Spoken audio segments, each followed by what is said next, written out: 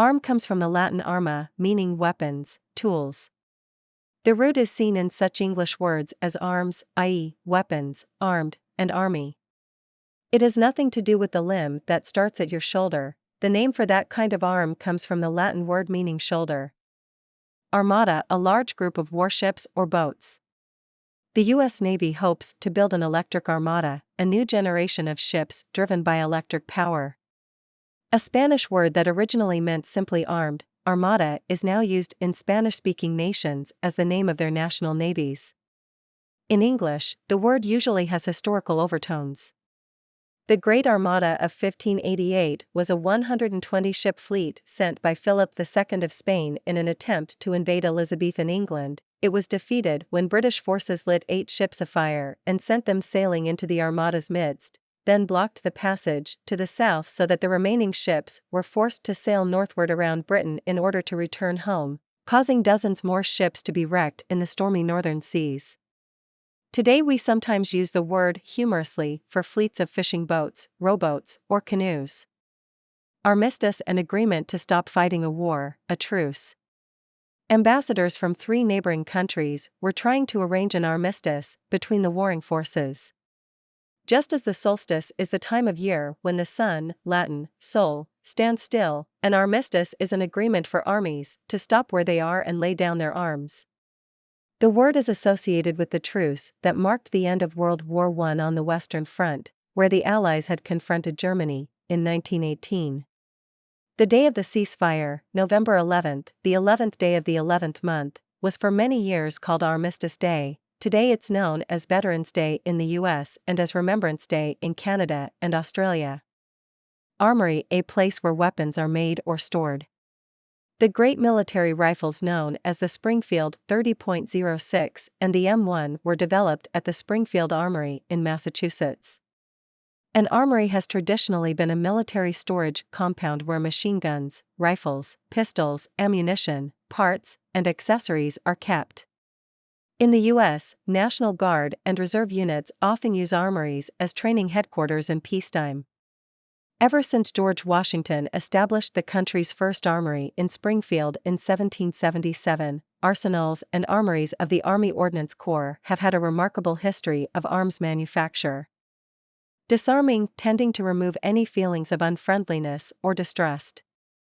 All of us at the meeting were charmed by the new manager's disarming openness and modesty. A defeated country is sometimes forced to disarm, give up its weapons, and research may be aimed at disarming a deadly virus, making it incapable of doing damage.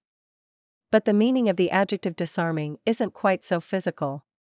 If you say your nephew has a disarming smile, you mean that his smile's warmth and genuineness disarm the people he meets of any possible suspicion or criticism and of any verbal weapons they might have used against him. Surg comes from the Latin verb surgere, meaning to rise, spring up. Our noun surge means a sudden, large increase, and the verb surge means to move with a surge. A storm surge occurs when violent storm winds at sea cause the water to pile up higher than normal sea level. A surge protector keeps a spike in electrical current from frying your computer when a lightning strike sends a sudden surge down the wires. Upsurge, a rapid or sudden increase or rise. Almost forgotten for years, at 76 he was offered a colorful role in an odd little film, which brought an upsurge in interest in his career. An upsurge in drug use sometimes leads to an upsurge in crime. An upsurge of flu cases can be cause for alarm. And an upsurge of fury at overpaid CEOs might lead to new legislation to restrain high salaries.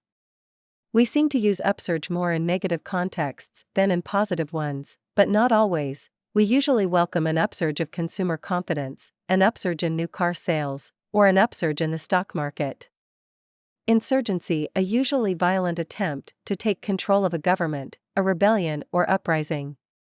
The Mexican press was fascinated by the armed insurgency's mysterious leader, who wore a mask and went by the name of Subcommandant Marcos. Insurgencies fall into the category of irregular warfare, since an insurgency normally lacks the organization of a revolution, even though it has the same aims. Revolutions often begin within a country's armed forces, whereas insurgencies often arise in remote areas, where they gain strength slowly by winning the confidence of rural populations. An insurgency may be based on ethnic or religious identity, or its roots may be basically political or economic. Since insurgencies are rarely strong enough to face a national army head-on, insurgents, often called guerrillas, tend to use such tactics as bombing, kidnapping, hostage-taking, and hijacking. Counterinsurgent: a person taking military or political action against guerrillas or revolutionaries. Counterinsurgents who build trust with the local population will gradually begin to receive useful information. A counterinsurgent is, as you might guess, someone who combats an insurgency. Counterinsurgency efforts often attempt to win the hearts and minds of a population by hiring and paying local villagers, opening health clinics and schools, organizing sports programs, and providing agricultural assistance. These terms were first used to describe the American effort to strengthen the South Vietnamese government against communist forces in the 1960s, an effort that eventually ended in defeat. Resurgent: rising again into life, activity, or prominence. The country had let down its guard over the summer, and in the fall a resurgent flu virus overwhelmed the public health system, killing tens of thousands. Resurgent means literally a rising again, CRE. We may speak of a resurgent baseball team, a resurgent steel industry, the resurgence of jogging, or a resurgence of violence in a war zone. Resurgence is particularly prominent in its Italian translation, risorgimento. In the 19th century, when the Italian peninsula consisted of a number of small independent states, a popular movement known as the Risorgimento managed to unify the peninsula and create the modern state of Italy in 1870.